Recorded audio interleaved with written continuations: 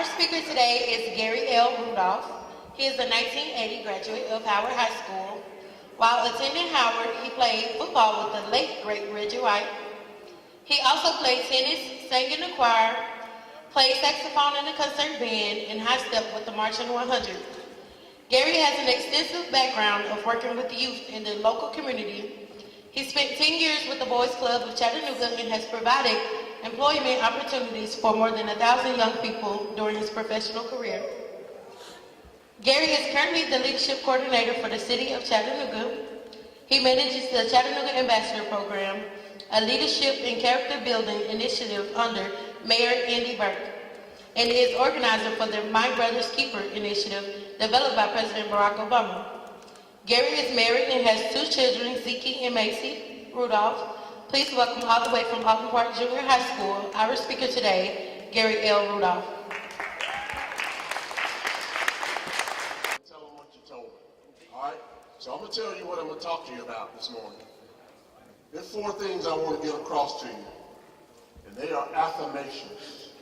How many of you have to keep telling yourself that you are special? Okay, let me see hands. How many of you tell yourself that you are special? How many other people tell you that? A few? Okay. So that's what I want to do this morning, give you some affirmations. These are things to live by. I know that I'm supposed to come and talk to you about careers, college, and going into the workforce because you are seniors. But I'm going to talk to you about some other things. I want to give you some nuggets that you can take with you to college or into the workforce. Okay? Somebody's going to miss it because they're going to be talking to the person next to them. And I would hope that the person next to them would say, don't miss this. You might need it. First thing I want to talk to you about is a love affair with yourself. How many of you love you? How many of you love you some you? Okay, for the adults in the room, they're going to hear this and they're going to think I'm telling you something that's not quite right. But in reality, you're going to need this. Most people would tell you not to be selfish. You know, don't get stuck on yourself. But I'm going to tell you at your age, you're going to need this. When you were born, as a baby, you needed somebody. You had to be fed, you had to be changed. And as you grew older, you began to be less dependent on somebody. How many of you are 18 or older? Okay? So, when you turn 18, guess what people call you? An adult. They say you're grown. You can't just go ask for money. When you need something, it's time now for you to go get it on your own, right? So you're going to need a little bit of selfishness because you're going to need to know how to invest in yourself. There's going to come a point where you can't wait on Superman. You got to go get it.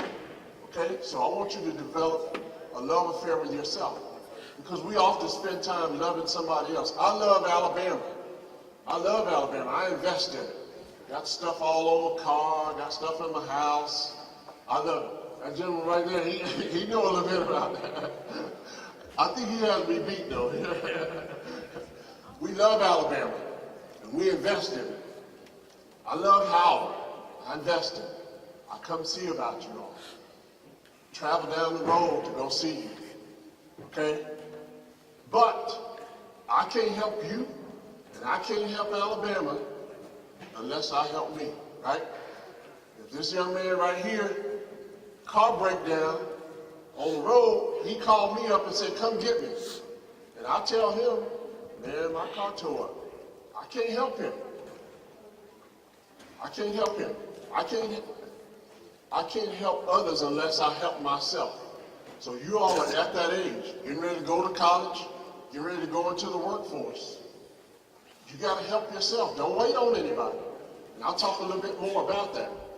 Okay? So that first lesson is about a love affair with yourself so that you can help others. That's the only way you're going to be able to help others is to take care of yourself. The next one is a hard one. Life is not fair. How many of you have heard that? Okay. How many of you believe life is fair? When it wants to be? Tell me what you mean by that.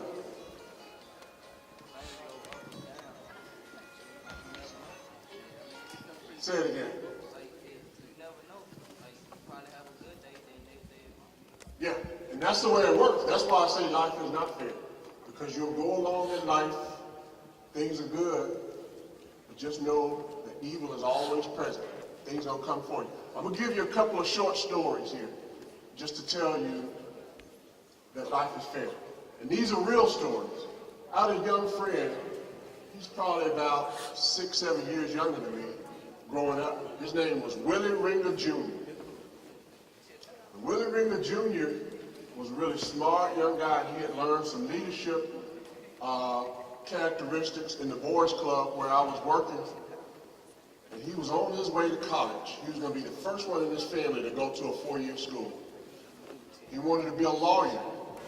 He had a full ride to Tennessee State University. 2 weeks before he was about to go off to school, he saw his friend in a fight on the street. He pulled over and broke up the fight, put his friend in the back seat. Friend in the back seat unloaded the gun that he was carrying, and the gun went off and hit Willie Ringer in the back. He died on the way to Erlanger Hospital. They were trying to drive him to Erlanger Hospital, and he died on the way. And everybody that I talked to during that time said, you know what? It sure wasn't fair for him to die and had not lived out his dreams. Young man was smart, first time, first member of his family to go off to school, wanted to be a lawyer, coming out of Alton Park. Things were going good for him. And then that happened. And the guy that killed him was his best friend. When the newspaper went to his house, they were looking at a picture on the coffee table in their house, and they couldn't tell which one of them was the other. They looked just alike, him and his best friend. So you'll be going along in life, and things will happen. And that's why I'm going to tell you this morning, you have to take control of all of that. Because things are always out there coming to get you. Coming for you. Isn't that how y'all say it? Coming for you. All right. So the second story I want to tell you, there might be a picture of this young man out there in the hall. He was a top athlete here at Howard by the name of Michael Ford. And you all ever heard of Michael Ford? No other? Okay. Any sport he wanted to play, the guy was one of the best athletes here at Howard. In any sport. Could have went on to any Division I school, could have went to the league in any pro sport. The streets wanted to give Michael Ford a full ride scholarship. And they eventually signed it. They eventually got it.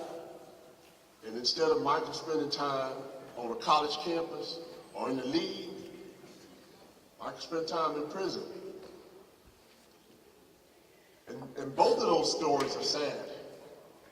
But it's life, because I tell you that life is not fair. So that's why I'm going to tell you to take control of everything that happens to you. Don't blame anybody else. It's not somebody else's fault. What happens to you is all on you. The day you wake up and you learn that you are in control of everything that happens to you, you begin to make better choices. You begin to make better decisions. Things won't just come against you. Okay? So that's important for you to walk around. Don't believe in that things have to be fair.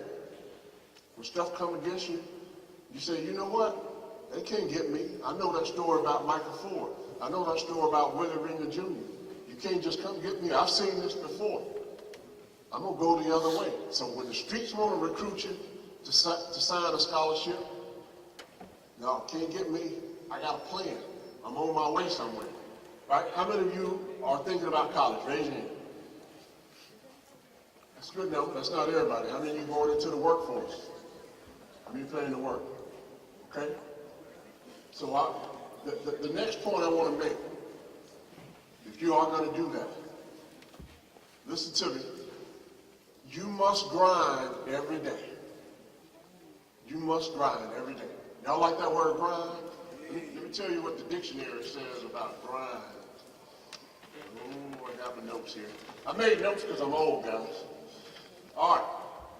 So the dictionary definition says to reduce something to small particles by crushing it. And they had no idea when they made that definition that you all as young people would have a whole different definition of crushing it, right? Y'all use that in a different way than they were thinking about it. Okay? Y'all call it putting in work. You got to do it every day. And here's why. Life and goals are big, problems are big, situations like money, those things are big. There was a rapper back in the day, they called him, he's P. Diddy now, but he was Puff Daddy and Mace. They used to have a song, More Money, More Problems, okay? So you think money is a good thing? As soon as you get more money, you'll have more problems, absolutely. So you just have to keep grinding. You got to have a plan. For the adults in the room, I'm going to ask the adults this one. How do you eat an elephant? One bite at a time. One bite at a time. How do you eat an elephant? You cook it. One bite at a time. Okay, so that's that putting in work. This is what I want you to do tomorrow when you get up. At least think about it. Set 3 goals. Set 3 goals. If you hadn't completed the FAFSA, if you haven't taken the ACT, if you haven't applied for that job that you're interested in, if you haven't made a call to the school you're interested in, if you haven't written that letter, any of those are 3 good goals. You're going to get a job, you're going to buy a car. Set those goals. Write them down. Look at them. Put them by the door when you walk out the door. Look at them every day. The other thing is to get rid of the roadblocks. So I have this question of you. What gets in your way? What gets in your way every day? Just anything. Say it loud. People. People get in the way. That's a good one. Anybody else? Procrastination. I love it. I got them over here. Anybody else? Adversity. We talked about it. Things are, that good day is going to be followed by a bad day. And I hate to break that news to you, but don't walk around, skipping and thinking that it's going to be all good days. Prepare for those bad days. You ever hear people say prepare for a rainy day? So what's the point of having an umbrella? You prepare for that rainy day. What's the point of saving some money? Emergency things are going to come up. Okay? What else gets in the way? Yourself? Ooh-wee. That's a big one. You know that guy I talked about, Michael Ford? Guess who got in his way? Michael Ford. Nice guy. Michael Ford got in his way. He was easy. Tennessee wanted to talk to him. Georgia wanted to talk to him. Maybe even Alabama wanted to talk to him. But guess who he listened to? Guess who he signed with? Streets. Signed with Michael Ford. And I ain't trying to put the young man on blast. I'm trying to give him a job. They want it. Streets. Don't get called that way. Sign with Amazon and Volkswagen. Sign with UTC and Chattanooga State. That's who I want you to sign with. Okay? So, some of the roadblocks I wrote down, situations. Ooh, the car didn't start this morning. Dog ain't my homework. Mama didn't get me up. Situations get in the way. So-called friends. How many of you have some so-called friends? Some so-called friends. Mm-hmm. And They call themselves your friends because what? You got something they want, maybe? Got that ride?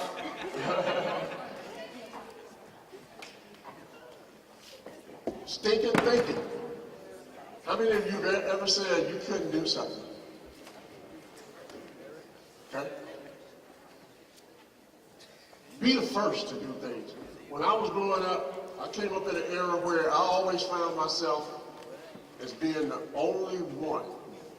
I was the only black person in the room, or I was the only male in the room. You know, I ended up in places where people thought I wasn't supposed to be. But guess what happened with me? I thought I was supposed to be everywhere. I'd ride through downtown Atlanta, I see those big corporate headquarters. I saw myself there.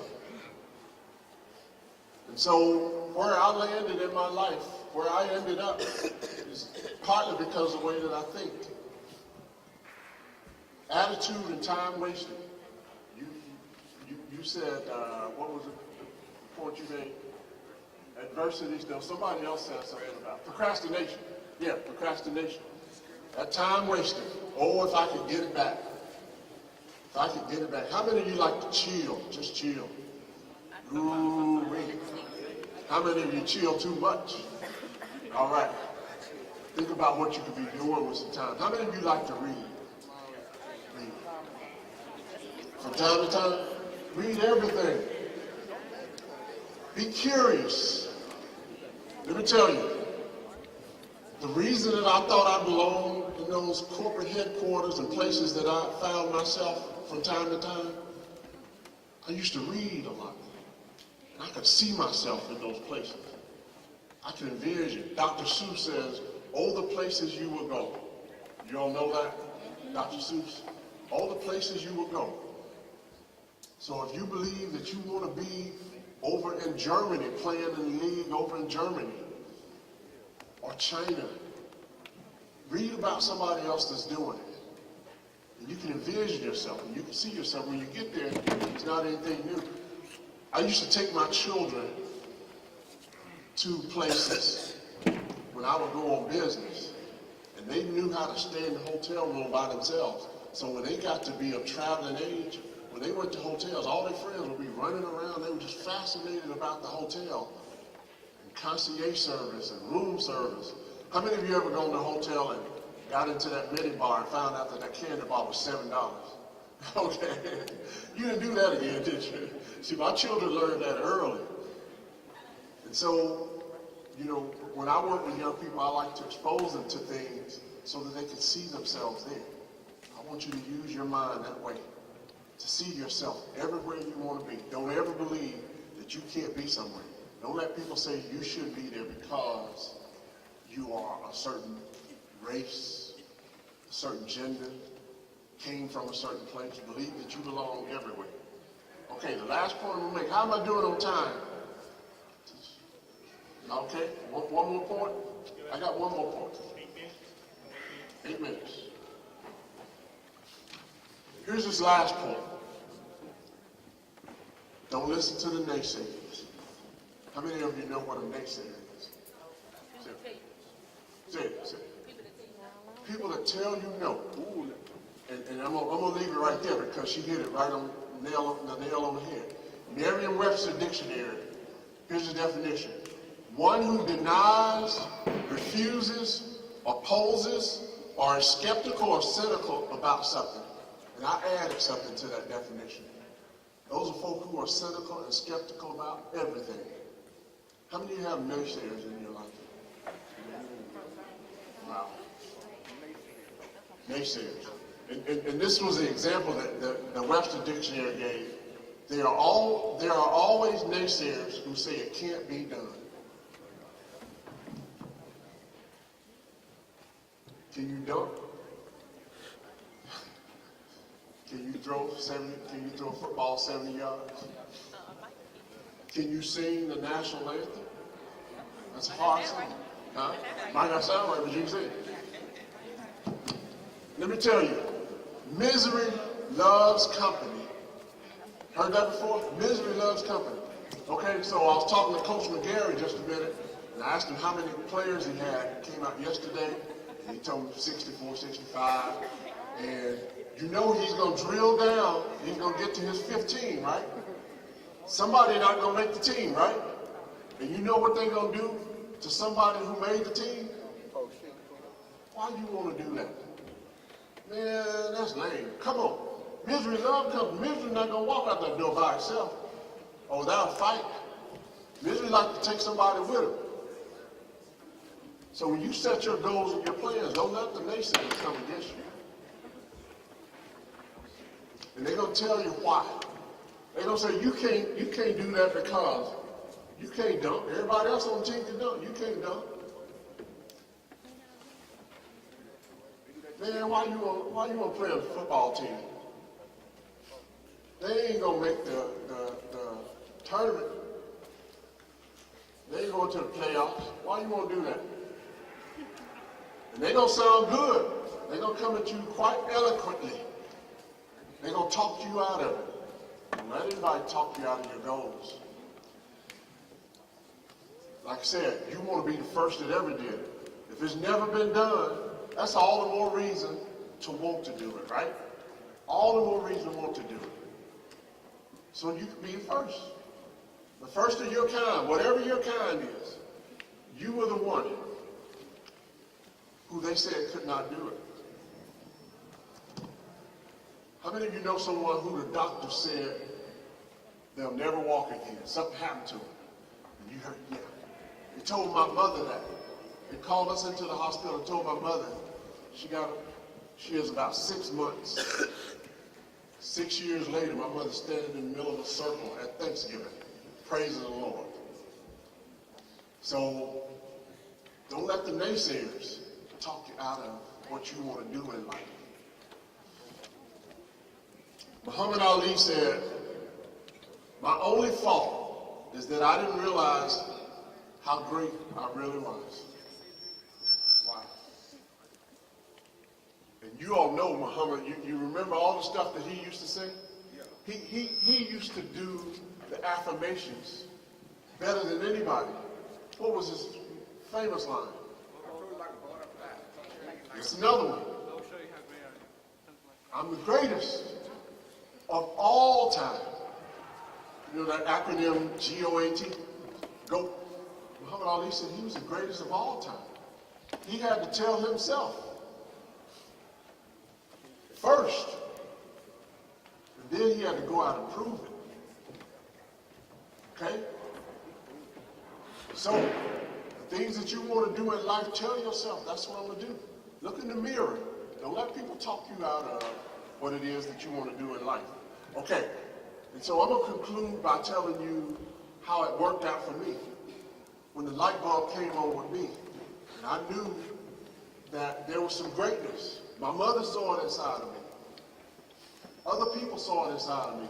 These folks that work with you every day, they see it inside of you. You're the last to know. You're the last to know how great you are. You really are. Because you don't stand in front of the mirror and tell yourself that you are great. But you got to. You got to start. Wake up tomorrow. And let that be your thing. And then set some goals. The same summer job that I had when I was 14 years old, I've sent 1,000 young people just like you through that same summer job. That was greatness. That's great. Same public housing site that I grew up in, Chattanooga Housing Authority hired me to be the community development director. I pulled 20 families out of public housing in Section 8 and helped them buy their own home in less than 2 years. 20 families. That same crimson and gold that you guys wear to play on the teams, all my athletes right here, I had a chance to come back and coach here in the late 80s, assistant coach in football. That was special for me. You don't know how big today is for me to come back 37 years later and talk to all of you. When I was sitting, not in those seats, it was an old gym, but I was sitting right where you are. 37 years later, I've put 125 young people in college in the last 4 years. They have a team of people, and that's what we do through the CAP program. And this last one is the one that's most special to me, and I'll wrap up with it. With Mike Brown, Trayvon Martin, what's the last name? Trayvon Martin. Yeah. When all of that stuff was going on with those young men, it broke President Obama's heart. He said, if I had a son, he'd look just like Trayvon Martin.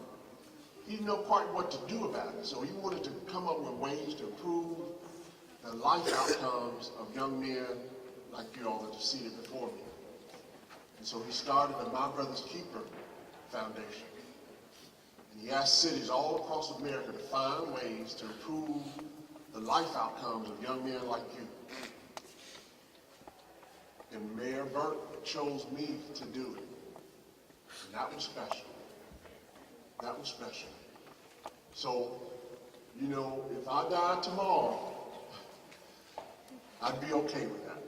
My life has come full circle because I have an opportunity like this to come back and talk to you and tell you about what I'm doing. You know, so it's been a pretty cool ride. I'm gonna give you one more quote from Muhammad Ali.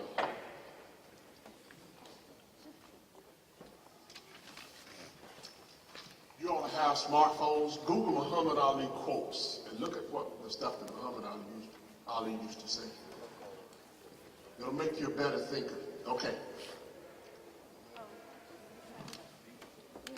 Muhammad Ali said, I am the greatest. I said that even before I knew I was. And that's pretty powerful.